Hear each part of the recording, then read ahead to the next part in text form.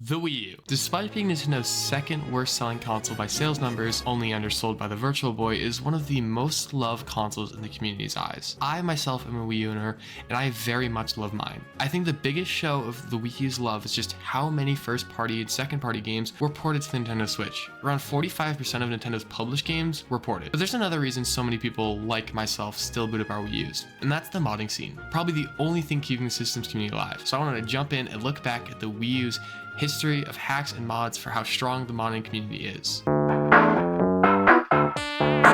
Just months after the Wii U's release, the community had cracked the Wii U's Virtual Wii by using the already well-known method of SmashStack to get the Hack Me installer. SmashStack was a really weird exploit on the Wii using Smash Bros. Brawl's stage creator and the small memory it stored for stage creation. I'm not going too far in depth as I am focusing on the Wii U, but I will link the Smash Wiki's article on the exploit. It's really interesting, and I highly suggest you go look at the article. It was easy for modders to crack the Virtual Wii as there had already been a very deep Wii modding scene for years at this point. First Wii U focused mods were discovered in 2014.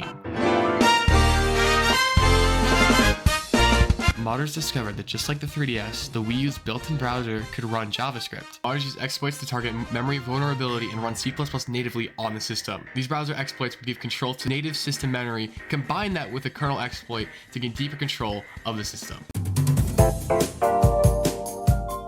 In 2015 and early 2016, these modders would find a PowerPC kernel exploit that would give full control to the Wii U's iOS U, which was basically the system's security firmware giving full control over software and therefore creating homebrew for Wii U. All throughout 2016, different homebrew launchers would hit the scene, with the most interesting one being Hackshi. Hackshi was the first non-browser based exploit, so you didn't need to run the browser every time on startup, it could just open an app, replacing the browser with a purchased DS Virtual Console game. On top of Hackshi technically costing money, Cold Boot, which was built on top of Hackshi, running the exploit on boot was pretty unreliable, tending to brick a lot. One of the most common ways to brick it is if you were to uninstall the DS game used to run Hackshi, your system would most likely brick. Around this time, there was also the creation of Loadine for game loading, SD Caffeine for modding games, and WUP Installer for installing legally obtained backups from the internet. The custom firmware era opened up everything the Wii U had to offer. This was the time when the Wii U modding scene really started to pick up traction. It was now safe, useful, and easy. That was only made better in 2021 with the launch of Tiramisu. Finally, a free, safe, easy exploit was here. Tiramisu was one of the first free, safe auto boot exploits, so you didn't need to do anything to run the mod. It started when your system turned on. Tiramisu also had custom tools and the homebrew launcher built in, making customization and the ability to load apps much easier compared to past exploits. Although, unlike our next exploit, Tiramisu needed a separate computer to run apps off of an SD card. That brings me into our next era. In 2022, we were blessed with what is still the most common exploit to date, Aroma.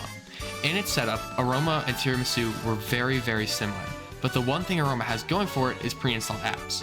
These apps were directly on the Wii U menu. It truly felt like an extension of the Wii U's OS, not an exploit. On top of that, unlike Tiramisu, Aroma came with multiple apps like WUP Installer pre-installed, as well as a homebrew app installer. This comes with the ability to download hundreds of homebrew apps right on the system. Things like SD Caffeine, Pretendo, custom home screen makers. Aroma makes using homebrew so much easier. It really feels like a part of the Wii U. Overall, with current day exploits, the Wii U is really such a great system with endless opportunities. Access to thousands of games, spanning across hundreds of consoles, with their own legal backups of course. If you have a Wii U, I highly suggest firing it up to mod it.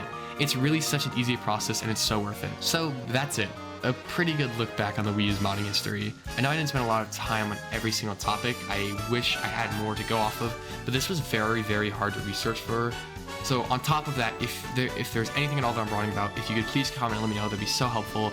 I poured about like 5 hours into researching for this, and some of these things were impossible to find more things on, so feel free to let me know.